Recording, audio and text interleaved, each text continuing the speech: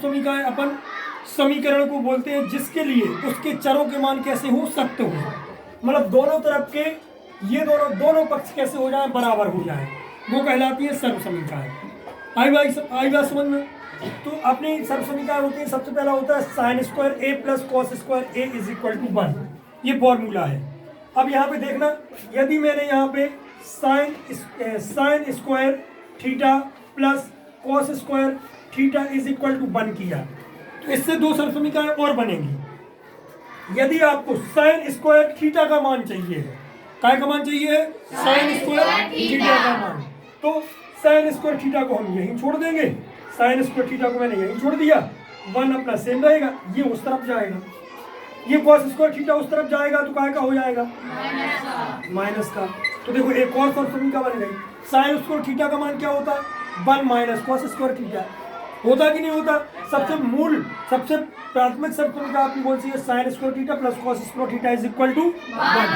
अब यहाँ से हमें साइन स्क्वायर थीटा का मान निकालना, तो साइन स्क्वायर थीटा का मान हम कैसे निकालेंगे, साइन स्क्वायर थीटा का मान हम साइन स्क्वायर को यहीं छोड़ देंगे, कॉस को हम उस तरफ ले जाएंगे, तो कॉस स्क्वायर थीटा माइनस का हो जाएगा, तो साइन स्क्वायर थीटा की सर्वसमीकरण बन गई।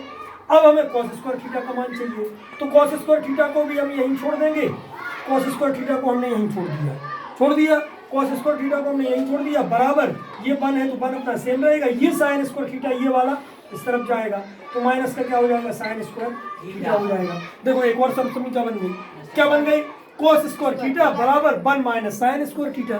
तो ये तीनों याद हो गई आप लोगों को, sign square theta plus cos square theta बराबर 1, साइन स्क्वायर थीटा बराबर 1 माइनस कॉस स्क्वायर थीटा, और कॉस स्क्वायर थीटा बराबर 1 माइनस साइन स्क्वायर थीटा। हो गई याद। अब सुनो हमारी बात ध्यान से, साइन थीटा का उल्टा क्या होता, 1 अपॉन कॉसेक थीटा, होता कि नहीं होता। कॉस का उल्टा क्या होता, कॉस थीटा का मान क्या होता, 1 upon sec theta. Tan theta का मान क्या होता, 1 upon cot theta. 1 upon cot theta. ये तीनों मान याद है आपको, है। और टेन का एक मान और होता है जो वेरी इंपॉर्टेंट है, साइन थीटा बटे कॉस थीटा, ये होता है एक मान।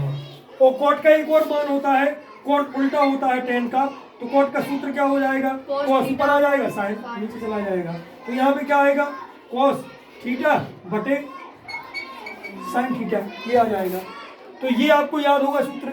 देखो sine square theta plus cos square theta is equal to 1, sine square theta बराबर 1 minus cos square theta, cos square theta बराबर 1 minus sine square theta, sine का 1 अपॉन कॉसेक होता, कॉस का 1 अपॉन सेक होता, टेन का 1 अपॉन कॉट होता, ten का 1 sine theta बटे कॉस थीटा होता, और कॉट का कॉस थीटा बटे साइन थीटा होता है।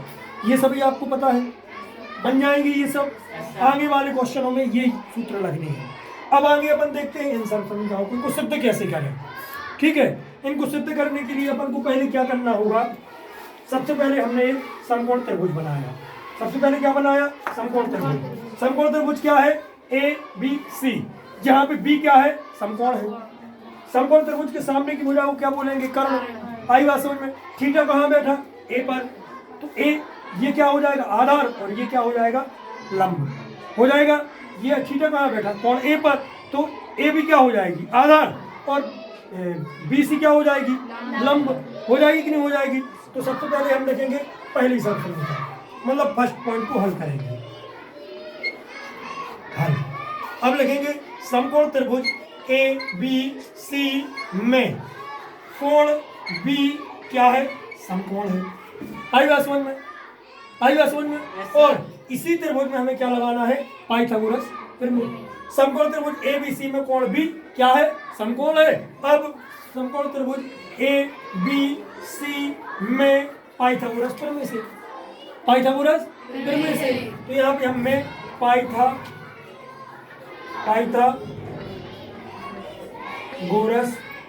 प्रमेय से।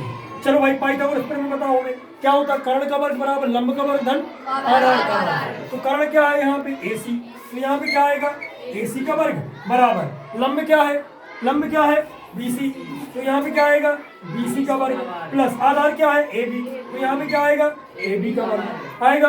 अब दोनों पक्षों में, अब दोनों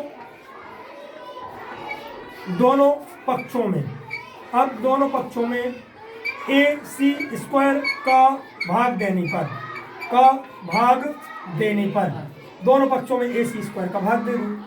यहाँ पे AC स्क्वायर का भाग दोगे, AC स्क्वायर पहले से है, AC स्क्वायर का मैंने भाग दे दिया, बराबर जहाँ कितना BC स्क्वायर अपना जहाँ कितना BC स्क्वायर जहाँ कितना बटे काय का भाग देना अपन को दोनों पक्षों में AC स्क्वायर का, AC स्क्वायर आ जाएगा प्लस जहाँ कितना प्लस AB क्या है यहाँ पे AB स्क्वायर आ गया, AB के बटे में क्या आ जाएगा AC स्क्वायर, हाँ AC स्क्वायर आ जाएगा AC स्क्वायर से AC स्क्वायर कैंसिल हो जाएगा, क्या बचा यहाँ पे 1 बचा कि नहीं बचा, बराबर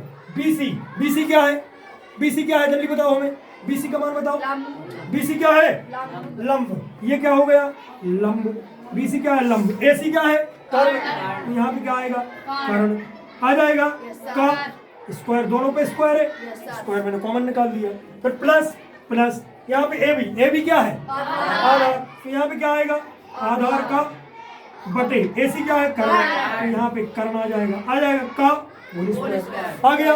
आगे देखो, आगे देखना एक बराबर लंब बटे कर्ण का मान होता है साइन का, लंब बटे कर्ण का मान होता है तो यहाँ पे क्या आएगा साइन, कितना आएगा साइन स्क्वायर A आएगा, देखो स्क्वायर लगा दिया, किसका मान साइन होता साइन लिख दिया, और कोण क्या है A है कोण A लिख दिया, स्क्वायर लगा दिया, प्लस लगा दिया, आधार बटे कर्ण का मान क्या होता cos, तो यहाँ पे क्या आएगा cos स्क्वायर A, देखो ये सिद्ध हो गया, यही हो गई सिद्ध, आ गई बात समझ में, ठीक है। अब हमें दूसरी शर्त समीकरण सिद्ध करनी है दोनों पक्षों में, और इसमें AB स्क्वायर का भाग दे देना दोनों पक्षों में, तो ये दोनों हो जाएंगे।